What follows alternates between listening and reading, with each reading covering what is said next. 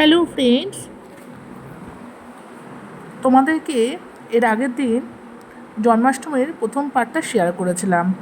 আজকে শেয়ার করছি জন্মাষ্টমীর দ্বিতীয় পার্ট, যেটা অ্যাকচুয়ালি আমার বাপের বাড়িতে হয়েছিল। সকালবেলা ফ্ল্যাটে তো আমি পুজো করে নিয়েছিলাম, সেটা তো তোমরা দেখিয়েছো সেই ভিডিও। তারপরে সকালে ফ্ল্যাটে পুজো টুজো করে আমি আমার বাপের বাড়িতে সেদিনকে চলে এসেছিলাম। সকালবেলা থেকে সেদিনকে সেখানেই সব কিছু করেছিলাম। যখন আমি একটু দেরি হয়ে গেছিলো, এসে দেখলাম মায়ের কিন্তু গোপাল স্নান করানো হচ্ছে।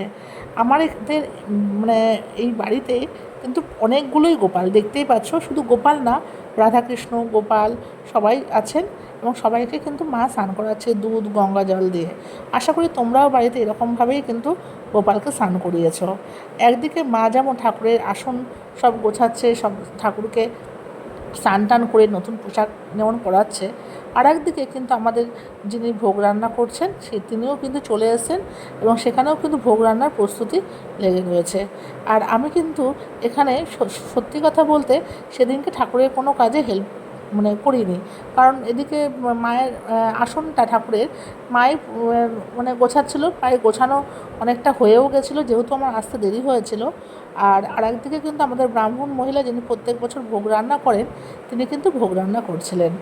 এখানে কিন্তু দেখতে পারলে যে গোপালকে স্নান করানো হয়ে গেছে, আর এদিকে মা কিন্তু নতুন পোশাকও পরিয়ে দিয়েছে।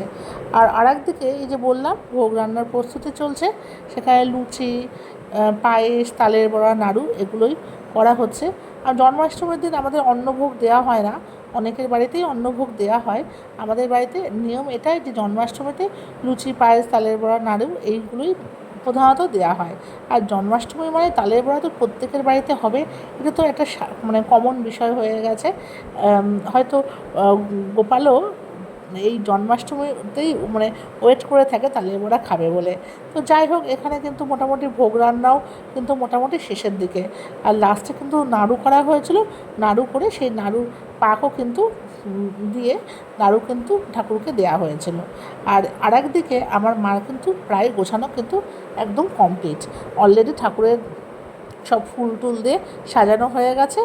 আর হচ্ছে এই যে দেখতে পাচ্ছ মার কিন্তু প্রসাদ বাড়াও হয়ে গেছে। পুজোটা আমার মা কিন্তু নিজেই করে থাকে প্রত্যেক বছর, কোনো ঠাকুরমশাই আসেন না। আর এই যে দেখতে পাচ্ছ আমাদের সিংহাসনটা দেখেছো কতটা বড়। অ্যাকচুয়ালি প্রথম এই থেকেই যখন এই বাড়িতে আসা হয় তখন থেকেই এই বাড়িতে প্রথমে এই সিংহাসনটা নিয়ে আসা হয়, এবং এটা কিন্তু টোটালটাই সেগুন কাঠের। এই সেগুন কাঠ বলেই হয়তো এত বছর ধরে দেখো একদম বলতে নেই, হয়তো পালিশে একটু এদিক ওদিক হতে পারে, বাট কাঠের জিনিস তো যুগের পর যুগ সে এইভাবেই চলতে থাকে। আর দেখতে পাচ্ছ মার এখানে কত ঠাকুর, আমার মা কিন্তু প্রতিদিনই হচ্ছে এই ঠাকুর কিন্তু পুজো করে। যাই হোক, ঠাকুরের আসনটা কেমন লাগলো আর তোমরাও ঠিক এইভাবে করো কিনা সেটা কিন্তু অবশ্যই কমেন্ট বক্সে জানিও। ভালো লাগলে লাইক করো, কমেন্ট করো, আর পারলে শেয়ার করো, আর আমার চ্যানেলটা সাবস্ক্রাইব করো পরবর্তী ভিডিওগুলো দেখার জন্য। আর ঠাকুরের আসনটা কেমন লাগলে, আর আমাদের এই যে গোপাল, এতগুলো গোপাল, এগুলো কিন্তু অনেক জায়গা আছে, সেগুলো কিন্তু পরে আমি অন্য কোনো ভিডিওতে তোমাদের সাথে শেয়ার করব। আর আমার এই ঠাকুরের আসনটা কেমন লাগছে বলো, কি সুন্দর লাগছে না গোপালকে, সত্যি এত ভালো লাগে দেখতে, আমার তো সত্যি কথা খুবই ভালো লাগে।